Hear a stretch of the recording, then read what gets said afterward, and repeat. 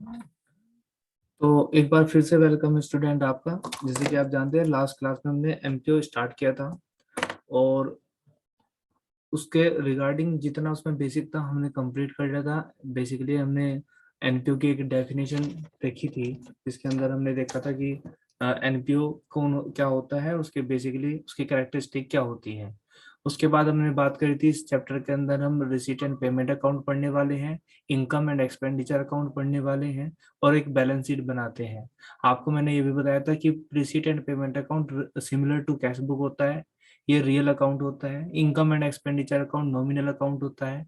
ये जानने के लिए बनाते हैं टू नो सरप्लस और डेफिसिट, या तो सरप्लस हो गया डेफिसिट। उसके बाद बैलेंस शीट तो आप 11th क्लास से बनाते ही आ रहे हैं, पार्टनरशिप में भी आपने बनाई है 12th क्लास में, और सोल प्रोप्राइटरशिप में भी। बैलेंस शीट में कोई ज्यादा बड़ा हार्ड एंड फास्ट रूल इसमें चेंज नहीं होगा, जो चेंजेस होंगे मैं आपको हैंड टू हैंड बताऊंगा। दूसरी बात अगर मैं बात करूं कि मैंने आपको बहुत फोकस से समझाया था ऑनलाइन क्लास के दौरान भी कि रिसीट एंड पेमेंट अकाउंट जो होता है बेटा, इसकी दो साइड होती है। पहली साइड जो आपको दिखाई दे रही है, ये सारी आपकी जो होती है बेटा, ये जो होती है आपकी रिसीट साइड होती है, और डेबिट साइड में, और जो ये रिसीट साइड होती है मेरे बच्चे, और क्रेडिट साइड में पेमेंट होती है। तो यहाँ पर मैंने आपको बताया था कि रिसीट साइड में ना बेटा आप रिवेन्यू भी, और ध्यान रखना इस बात को स्पेशल, एक सेकेंड, रिसीट साइड में इस बात को आप ध्यान रखेंगे कि जो इसके अंदर रिसीट्स आती है ना, वो रिवेन्यू रिसीट भी आती हैं, और रिवेन्यू रिसीट के साथ साथ कैपिटल रिसीट भी आती हैं। सिमिलरली अगर मैं बात करूं इधर की साइड, पेमेंट साइड में, तो यहाँ पर जो पेमेंट आती है वो रिवेन्यू पेमेंट भी आती है और कैपिटल पेमेंट भी आती है। ये बातें कल समझा चुका हूं मैं।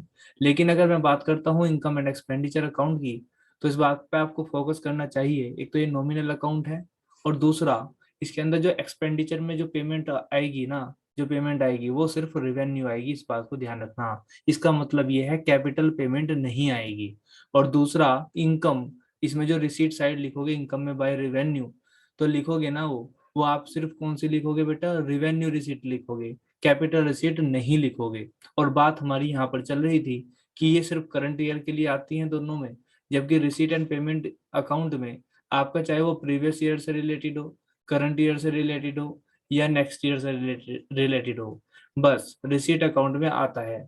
लेकिन इनकम एंड एक्सपेंडिचर अकाउंट में दो प्रॉपर्टी हैं, एक तो इसके अंदर रिवेन्यू कंसीडर करते हैं, और दूसरा इस बात का ध्यान रखते हैं कि इस अकाउंट के अंदर सिर्फ और सिर्फ करंट ईयर से रिलेटेड आइटम्स आते हैं, चाहे वो आपकी इनकम हो चाहे वो आपकी पेमेंट हो। बात चल रही थी लास्ट क्लास में आपकी, जो हमारी क्लास ऑफ हो चुकी थी, रेवेन्यू एक्सपेंस और रेवेन्यू रिसीट, कैपिटल एक्सपेंडिचर और कैपिटल रिसीट की। तो इसको थोड़ा सा एक बार हम थोड़ा सा ध्यान से देख लेंगे, सो दैट डेफिनेशन वाइज अगर हमें कोई लिखना पड़ जाए, या फिर हमें पेपर में, या फिर हमें एक्सप्लेन करना पड़ जाए, तो ये हम देख लेंगे। सबसे पहला है बेटा रिवेन्यू एक्सपेंस। जैसे कि मैंने आपको बताया था ये रिकरिंग टाइप के होते हैं, और इनसे कोई भी एसेट क्रिएट नहीं होती, ना ही कोई लाइबिलिटीज आपकी पे होती है। ये जो होते हैं revenue expense are expense incurred by not for profit organisation. ये एक्सपेंस इसलिए खर्च करती है not profit organisation carry out to operation, उस एनजीओ का, उस नॉट फॉर प्रॉफिट ऑर्गेनाइजेशन का ऑपरेशन करने के लिए जो खर्चे होते हैं वही कहलाते हैं आपके रिवेन्यू एक्सपेंस, जैसे कि वेजेस, सैलरी, है ना, रेंट, एक्सेट्रा। ये और भी हो सकते हैं। बात करते हैं आपकी बेटा कैपिटल एक्सपेंडिचर की। इसके बाद आप जस्ट क्या पढ़ेंगे, एकदम कैपिटल एक्सपेंडिचर। इसको ध्यान से समझना, कैपिटल एक्सपेंडिचर को। रेवेन्यू एक्सपेंडिचर और कैपिटल एक्सपेंडिचर में क्या अंतर है, अगर आप ये बात समझ ले तो कोई सिरदर्दी नहीं बसता।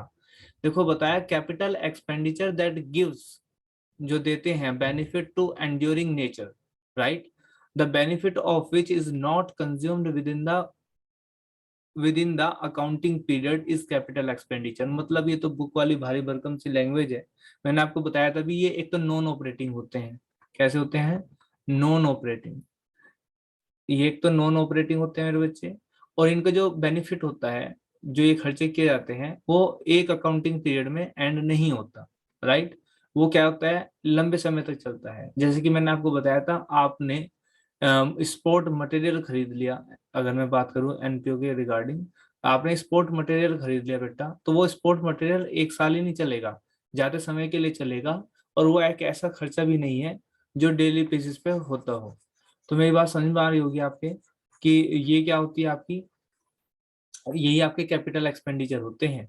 उसके बाद अगर मैं बात करूं बेटा आपके रिवेन्यू रिसीट की, तो रिवेन्यू रिसीट भी जैसे रिवेन्यू रिकरिंग नेचर के होते हैं, एज एक्सपेंस ऐसे रिवेन्यू रिसीट भी रिकरिंग टाइप की होती है, जो डेली बेसिस पे आपको रिसीव होती है।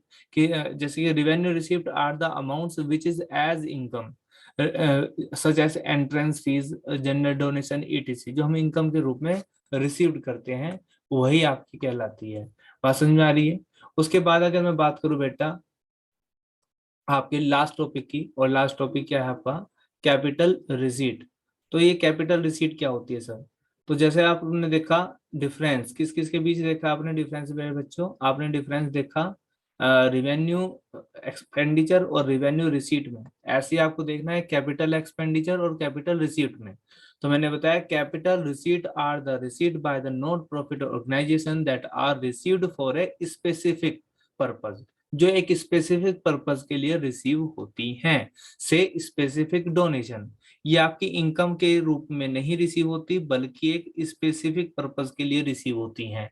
स्पेसिफिक लेगेसी या स्पेसिफिक डोनेशन और एंड लाइफ मेंबरशिप फीस, ये सब आप इनकम के रूप में आप कंसीडर नहीं कर सकते। ये बेसिक क्या होती है, ये आपकी एक आपके ऊपर एक लाइबिलिटी क्रिएट हो जाती है, क्योंकि ये स्पेसिफिक है।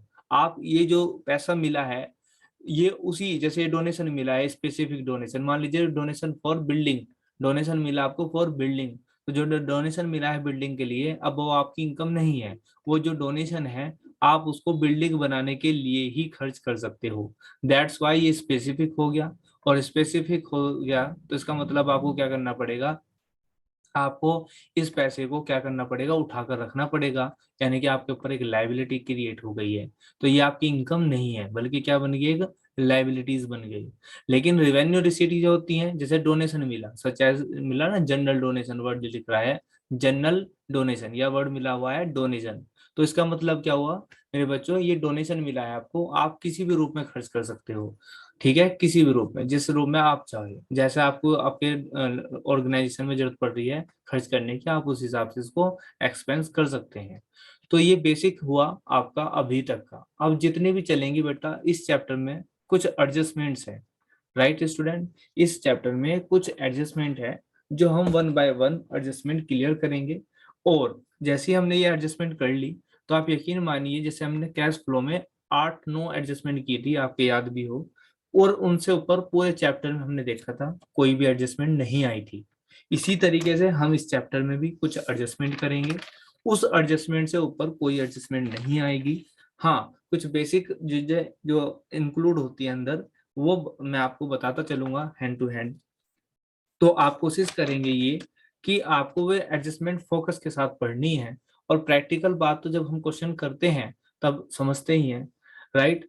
तो बेसिक जैसे मैंने आपको बताया कुछ एडजस्टमेंट आएंगी लेकर आपकी 7-8, उनमें मैं आपको बता दूं 5 एडजस्टमेंट आपकी ऐसी एडजस्टमेंट होंगी जो थोड़ी सी कंपैरिजन टू अदर एडजस्टमेंट थोड़ी सी टिपिकल लग सकती हैं आपको, लेकिन यकीन मानिए बहुत ज्यादा एडजस्टमेंट नहीं है। ठीक है, मैं आपको इसमें टोटल 13 एडजस्टमेंट पढ़ाऊंगा। कितने एडजस्टमेंट मेरे बच्चों? 13 एडजस्टमेंट। और मैं कह रहा हूं उनमें से 5 जो है स्पेसिफिक है, यानी कि कुछ एग्जाम व्यू पॉइंट से मैं कह सकता हूँ इम्पोर्टेंट है। क्या सर और इम्पोर्टेंट नहीं है? बिल्कुल इम्पोर्टेंट है। मैंने बताया आपको एग्जाम व्यू पॉइंट से। सर एग्जाम व्यू पॉइंट का मतलब ये आपका जो ये चैप्टर है ना मेरे बच्चों, ये 10 नंबर का आएगा। कितने नंबर का? 10 नंबर का आएगा। तो 10 में से जो क्वेश्चन हो सकता है, या टर्म सेकंड में शायद इसको नो का कर दिया है, मेरे एक सेकंड कंफ्यूजन है, चलो जो भी होगा फिलहाल इसको मैं नो का मान लेता हूँ एग्जांपल के लिए, आप ऐसा समझिए। तो नो का एग्जांपल आप इस तरीके से समझिए, तो इसमें नहीं नहीं नहीं 10 का ही है, 10 का ही है शायद। तो जैसे 10 का है, तो आप इसको ऐसे समझिए, एक क्वेश्चन इसमें 2 नंबर का, एक क्वेश्चन नंबर इसमें 3 नंबर का, एक क्वेश्चन 5 नंबर का आएगा। मेरी बात को फिर अगेन मैं रिपीट करता हूँ, एक क्वेश्चन 2 नंबर का, एक क्वेश्चन 3 नंबर का, और एक क्वेश्चन 5 नंबर का आएगा। तो मेरे बच्चों मेरी बात को ध्यान से सुनना, जो मैं आपको रिपीट कर रहा हूँ, मैंने कहा आपको 5 ऐसी एडजस्टमेंट है जो बहुत इंपॉर्टेंट है। तो मेरे बच्चों जो ये 5 नंबर का क्वेश्चन आएगा ना, ये कंप्लीट क्वेश्चन होगा। कैसा क्वेश्चन होगा जी? ये कंप्लीट क्वेश्चन होगा। और इस कंप्लीट क्वेश्चन के अंदर इन एडजस्टमेंट की जरूरत तो पड़ेगी। यानी कि 5 नंबर का क्वेश्चन तभी होगा जब आप इन एडजस्टमेंट को समझ लोगे। एक बात। फिर मैंने कहा बहुत ज्यादा इंपॉर्टेंट है, तो मैं ऐसा क्यों कह रहा? ये 3 नंबर का क्वेश्चन आएगा, ये जो 3 नंबर का, ये 2 नंबर का क्वेश्चन आएगा ना, ये आपको बिल्कुल यहीं से देखने को मिल जाएगा। यानी कि पूरी सेम डिक्टो एडजस्टमेंट मिल जाएगी आपको, कि आपको सिंपल एक एडजस्टमेंट दे दी और आपसे उसी पे वर्क करा ले 3 या 2 नंबर में। तो मेरी बात को आप समझ पा रहे होंगे ये 5 एडजस्टमेंट क्यों इंपॉर्टेंट है। बाकी की जो 8 एडजस्टमेंट, उनमें क्वेश्चन ये यहाँ तो बन जाएगा 5 वाले में, लेकिन उसके अंदर इनका डायरेक्ट क्वेश्चन 2 नंबर में 3 नंबर में नहीं आता। तो इसलिए आपके पास कोई एक्सक्यूज नहीं है शुरुआत की 5 एडजस्टमेंट को स्किप करने का। और वैसे भी कंपेयर, जब हम 5 नंबर का क्वेश्चन करना है तब भी वे बहुत ज्यादा यूजफुल हो जाती हैं।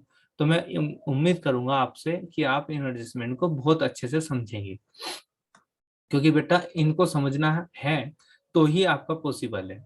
तो सबसे पहली एडजस्टमेंट बहुत प्यारी एडजस्टमेंट है, इसको शुरुआत करेंगे। और ध्यान रखना मेरी बात का, जो मैं आपको कह रहा हूँ, कि इस एडजस्टमेंट में आपकी जो एडजस्टमेंट नंबर 1 है, बुक में हो सकता है क्वेश्चन ऊपर नीचे मिले आपको, मैं बुक के हिसाब से नहीं चलूंगा। मैं आपको पेपर के व्यू पॉइंट से जो ज्यादा इंपॉर्टेंट है उसको पहले, और फिर धीरे धीरे उसको कम करते चले जाएंगे। तो सबसे पहले मेरे बच्चों, मेरी जो एडजस्टमेंट है वो मैं बनवाऊंगा आपको सब्सक्रिप्शन अकाउंट की। अब सर, बहुत सारे बुक्स में और बहुत सारे टीचर सब्सक्रिप्शन अकाउंट नहीं सिखाते हैं, वो डायरेक्ट इसकी वर्किंग नोट में प्लस माइनस करके सिखा देते हैं। तरीका गलत नहीं है मेरे बच्चों, लेकिन अकाउंट आना बहुत जरूरी है। क्यों सर? जब वर्किंग नोट से काम चल जाता है तो अकाउंट क्यों जरूरी है? अकाउंट मेरे बच्चों इसलिए जरूरी है, अगर एग्जामिनर बोर्ड में ये कह दे कि प्रिपेयर द सब्सक्रिप्शन अकाउंट, तब उस सिचुएशन में अगर आपने अकाउंट नहीं बनाया और वर्किंग नोट ही करके आए, तब आपको मार्क्स नहीं अलॉट होंगे। तो मेरी बात आप समझ गए होंगे, मेरा सेंस मैं क्या कह रहा हूँ, कि आपको अकाउंट भी आना चाहिए और वर्किंग नोट भी आना चाहिए। आप अकाउंट सीख लो, वर्किंग नोट बनाना बच्चों का खेल है। मेरी गारंटी है आप कहोगे सर दोनों चीजें हमारे लिए आसान हो चुकी हैं। ठीक है जी। लो जी, ये आपका एक फॉर्मेट है, पर्टिकुलर्स। ठीक है। अब यहाँ पर मेरी बात को ध्यान रखना, मैं आज फॉर्मेट बनवाऊंगा सिर्फ आपको, आप इसको याद करेंगे आज। याद जैसे करने को कहूंगा ऐसे ही करना है। शुरू में आपको ऐसा लग सकता है कि हम रट रहे हैं, अगर हम रट, आपको ऐसा फीलिंग आएगी कि हम इसको रट रहे हैं, तो कोई बात नहीं, सिर्फ शुरुआत में आप रट सकते हो, लेकिन चीजें क्लियर होती चल जाएंगी जैसे ये क्वेश्चन कराऊंगा। आज की क्लास में अगर रटना पड़े तो आप रट भी सकते हो। देखो जी, सब्सक्रिप्शन अकाउंट हम बना रहे हैं, मैं शॉर्टकट में लिख रहा हूँ सब्सक्रिप्शन अकाउंट। मेरी बात को ध्यान से सुनना, जो जो मैं कहूंगा आपसे। सब्सक्रिप्शन अकाउंट एक तरीके से आपकी जो है, वो आपकी एक तरीके से इनकम है इस चैप्टर में। तो इसका जो चैप्टर स्टार्ट होगा बैलेंस, वो इधर से होगा बाय बैलेंस बीडी। ठीक है जी, बाय बैलेंस बीडी से। और यहाँ पर खत्म होगा टू बैलेंस सीडी से। टू बैलेंस, एक मिनट, टू बैलेंस सीडी से। सिमिलरली ये यहाँ से टू बैलेंस बीडी यहाँ पर भी आएगा, और यहाँ पर खत्म होगा बाय बैलेंस सीडी से। अभी बताता हूं उनका मीनिंग क्या है। यहाँ पर आप लिखेंगे बाय बैंक, और यहाँ पर लिख देंगे आप by income and expenditure account. ऐसे यहाँ पर लिखेंगे to income and expenditure account. फिलहाल के लिए आप इतना समझिए मेरे बच्चों ध्यान से जो मैं बोल रहा हूँ। आपके लिए फिलहाल जब एडजस्टमेंट करेंगे, ये वाली अमाउंट जो आएगी, ये आपके लिए सब कुछ है, आपको ये निकालना सीखना है शुरुआत में। अच्छा, अब सर बताइए क्या था जो आपने बताया। देखो, जो टू बैलेंस बीडी है ना, इसका मतलब होता है outstanding at the beginning. Outstanding at the beginning, ये होता है बेटा आउटस्टैंडिंग एट द एंड। ये होता है बेटा एडवांस एट द बिगिनिंग, और ये होता है बेटा एडवांस एट द एंड। ये सब and outstanding at the beginning क्या है, ये नेक्स्ट क्लास में हम सीखेंगे। आज आपको इस तरह से फॉर्मेट यूज सीखना है। ये बाय बैंक क्या है सर, ये होता है बेटा सब्सक्रिप्शन, जो जितना भी आपने सब्सक्रिप्शन रिसीव किया ड्यूरिंग द ईयर, जितना भी रिसीव किया वो यहाँ पर आएगा। ठीक है, ये सब अमाउंट यहाँ पर आएंगी इनके सामने की। इनकम एंड एक्सपेंडिचर अकाउंट, ये बैड डेट हो सकता है अगर आपके क्वेश्चन में है तो, अगर आपका कोई सब्सक्रिप्शन नहीं मिला तो। ठीक है मेरे बच्चों, ये आप ऐसे लिखेंगे, इधर का टोटल करेंगे, इधर का टोटल इधर भी और यहाँ पर भी।